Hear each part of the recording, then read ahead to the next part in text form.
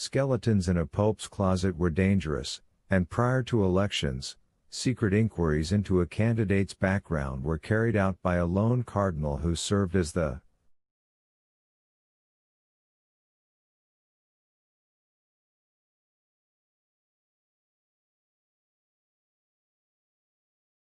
devil's advocate, that individual responsible for unearthing reasons why the eligible cardinals should not become pope.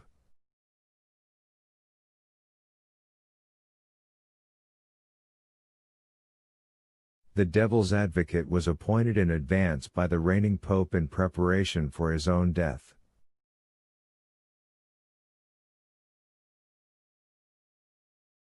The devil's advocate was never supposed to reveal his identity.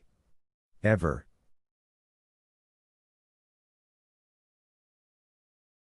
I was the devil's advocate, Mortati repeated. That is how I found out.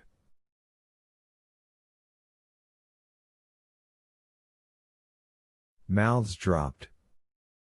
Apparently tonight was a night when all the rules were going out the window. The Camerlegno felt his heart filling with rage. And you? Told no one? I confronted His Holiness, Mortati said. And he confessed. He explained the entire story and asked only that I let my heart guide my decision as to whether or not to reveal his secret.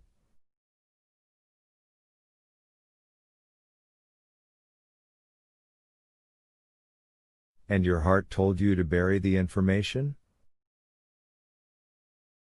He was the runaway favorite for the papacy. People loved him. The scandal would have hurt the church deeply. But he fathered a child. He broke his sacred vow of celibacy. The Camerlegno was screaming now.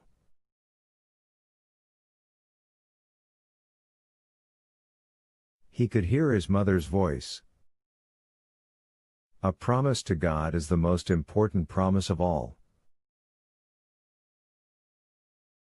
Never break a promise to God. The Pope broke his vow.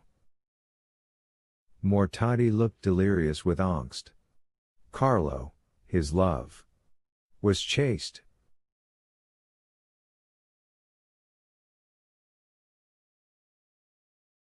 He had broken no vow.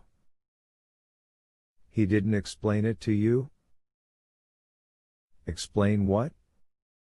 The Camerlegno remembered running out of the Pope's office while the Pope was calling to him.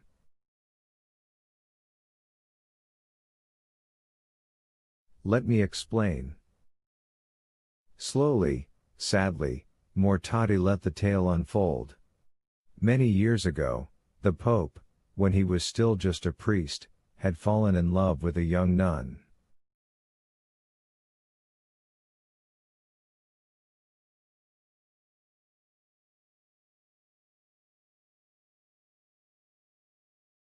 Both of them had taken vows of celibacy and never even considered breaking their covenant with God.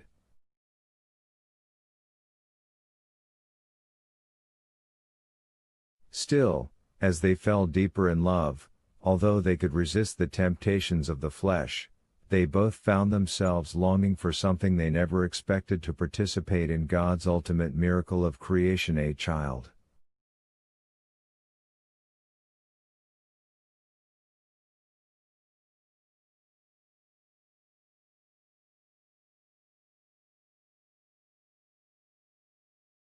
Their child. The yearning, especially in her, became overwhelming.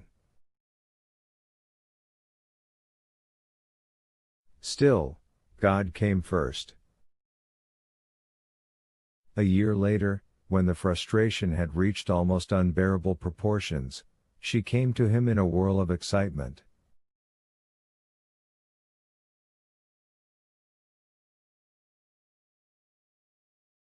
She had just read an article about a new miracle of science, a process by which two people, without ever having sexual relations, could have a child.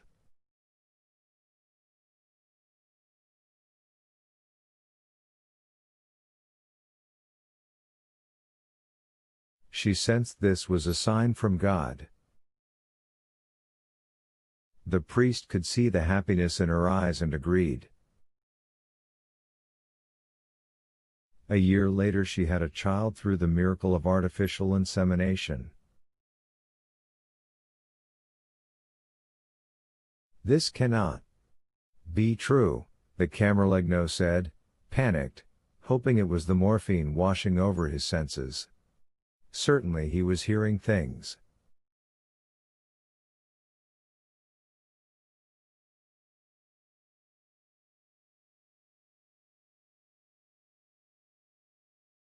Mortati now had tears in his eyes. Carlo, this is why His Holiness has always had an affection for the sciences.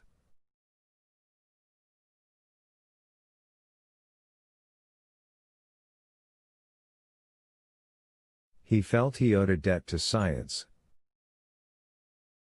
Science let him experience the joys of fatherhood without breaking his vow of celibacy.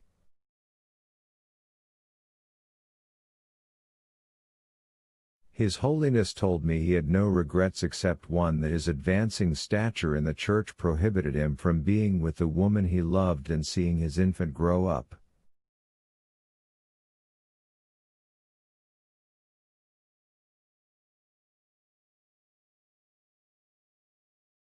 Camerlegno Carlo Ventresca felt the madness setting in again. He wanted to claw at his flesh. How could I have known? The Pope committed no sin, Carlo. He was chaste. But the Camerlegno searched his anguished mind for any kind of rationale.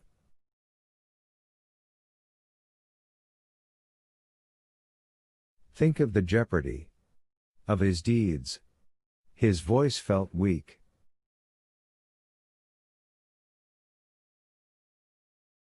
What if this whore of his came forward?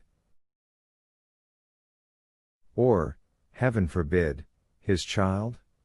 Imagine the shame the church would endure.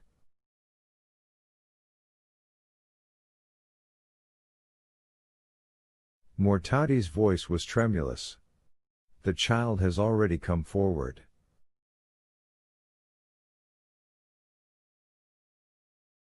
Everything stopped. Carlo? Mortati crumbled. His Holiness's child. Is you.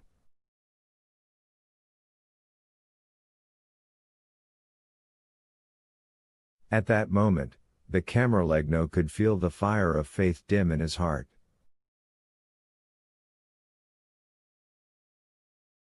He stood trembling on the altar, framed by Michelangelo's towering Last Judgment.